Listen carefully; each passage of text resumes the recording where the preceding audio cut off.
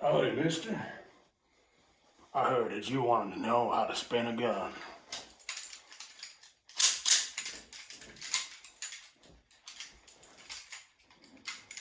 No, I'm just kidding with the accent, but yeah. So the way to spin a gun, we start first with just your hands. The most important thing, in my opinion, is holding your hand right. So you're gonna have this grip, all right? Your hands can be like basically your fingers should be the only thing. This is like it's gonna be out to the side, all your other fingers, and then you're going to have a bend on it like this. And that's what you see when people spin guns. They do the around this. And I mean, I see some people do it with their middle finger. That's not as cool, man. That's the lame version. You need to do it with your real finger. And as you see, when you have your finger like this, the gun won't fall out of your hand. Look at this. Ooh, darn. So when you're spinning, you see,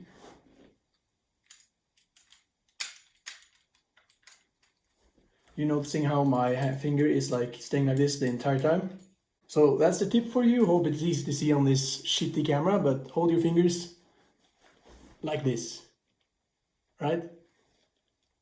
You can do it like this with your hand straight out, but that means the gun can just all of a sudden fly out of your hand when you're spinning, and you don't want that. I mean, it still happens. There's like this little part of your finger can't like stop everything, so if you're spinning like real fast, you can still fly out sometimes.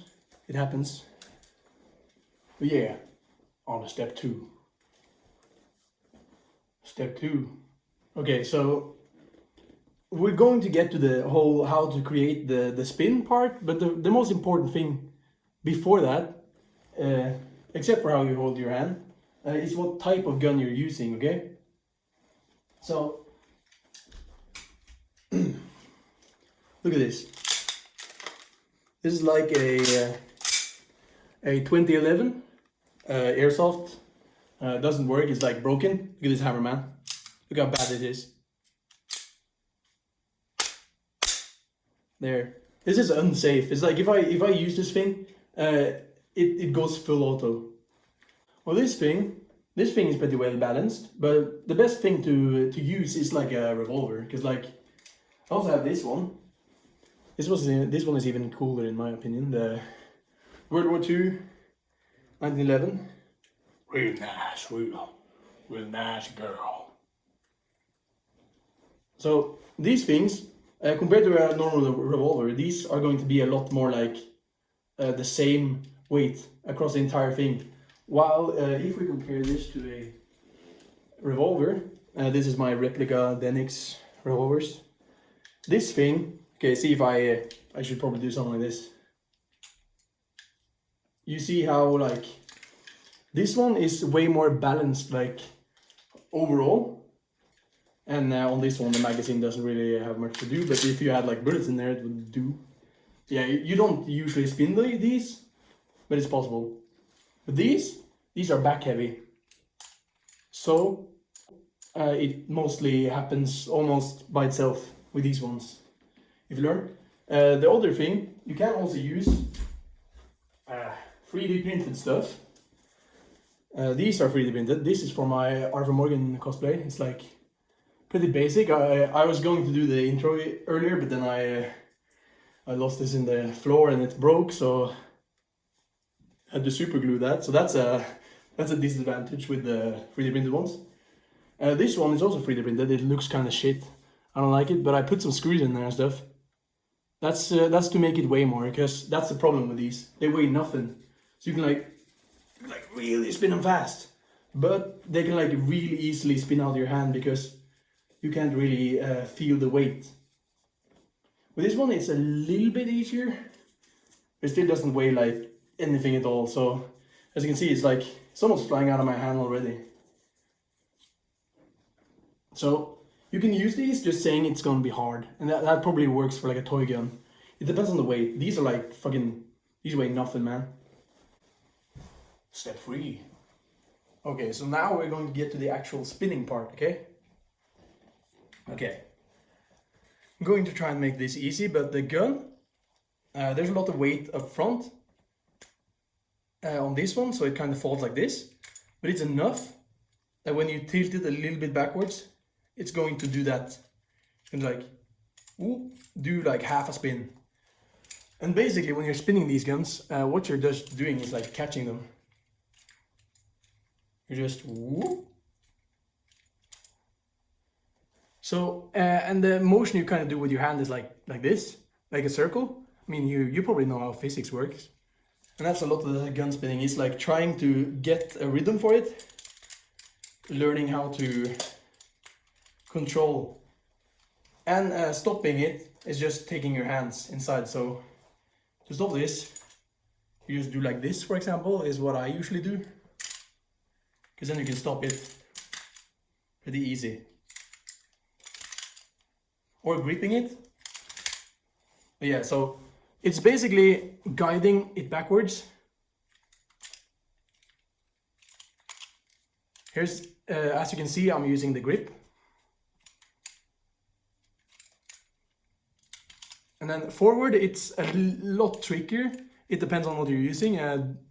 Like I said, these are kind of heavy in the front, so when you let it down, it's a little bit more work to get it around. So you let go.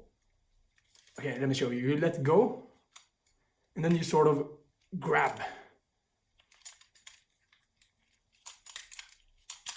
And if you're going to continuously spin forward, then you have to do this. You have to go in the direction you want to go. So this is backwards. This is forwards. Okay?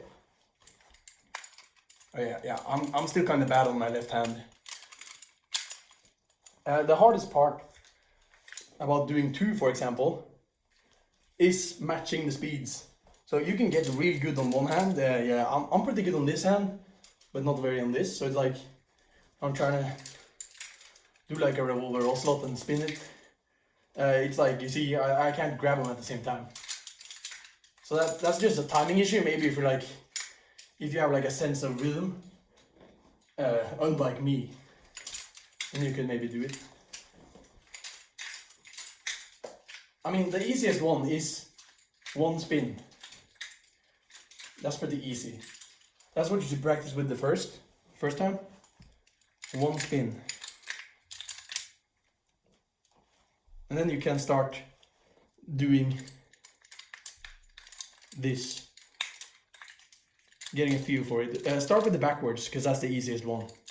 It's way easier to catch it. Your hand is like almost shaped to catch it. And you got your thumb up here. While when you're spinning it forward, your thumb is more, doesn't get there as easily, if you get what I mean. Oh yeah, I have a gun in my holster. Never mind. Step number 4. Do it on something soft. See here? Here it is, my carpet. It's like some fuzzy carpet thing. I usually spin over this because it's really soft. Or you can spin over like a bed. Like if I drop a gun here, nothing's gonna happen. I mean, this shit doesn't weigh anything though, but you get what I mean. Your guns are going to break, even though they're like made of steel and stuff. They're going to like, I mean, at least replicas are maybe not a real gun. I don't know. Okay, so that's sort of the basics, right? When it comes to holstering, you basically have to learn where your holster is. You have to like memorize. I'm not very good at that because I've not had this holster for a long time, but you kind of have to like learn where it is. This is a 1911 though. Come here, boy.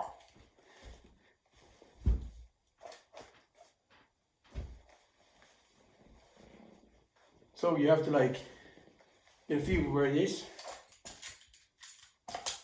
Yeah, you can see the problem right there.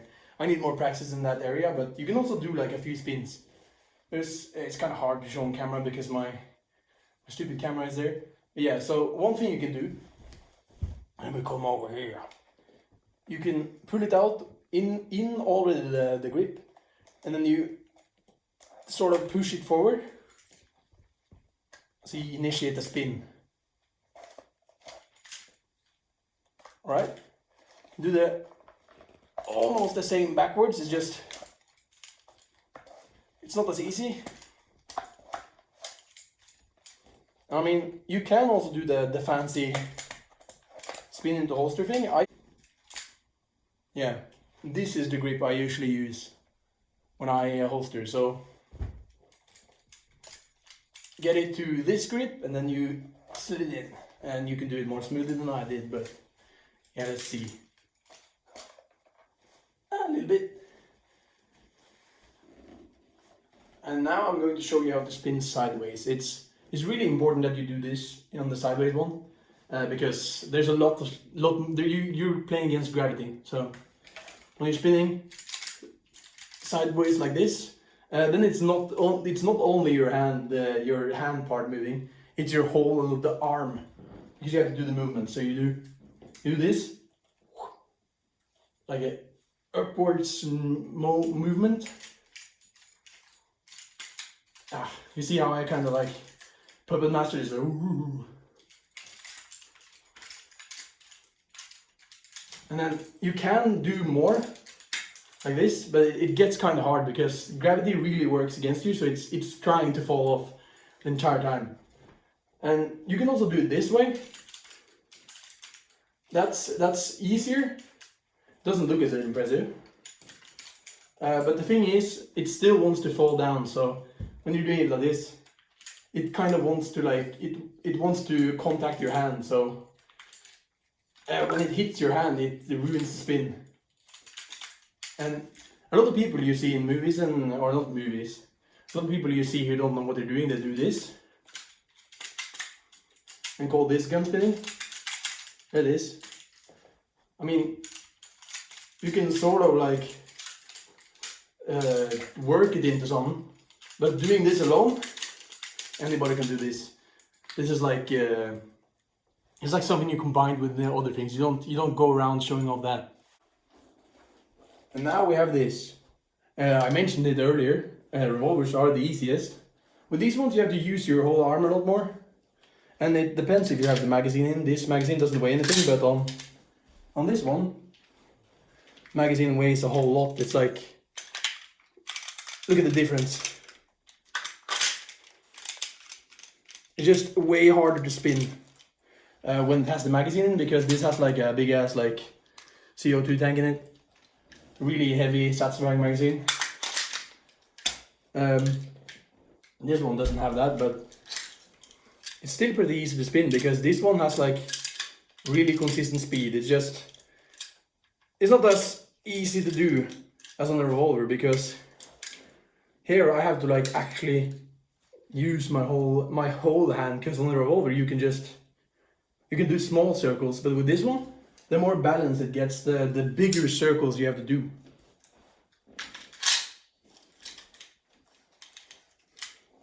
As you can see there, I didn't do much, but that's because if you start, when you, that's shit, but yeah, when you get it up to speed, then it gets easier. So that's cool if you're going to do like a reload.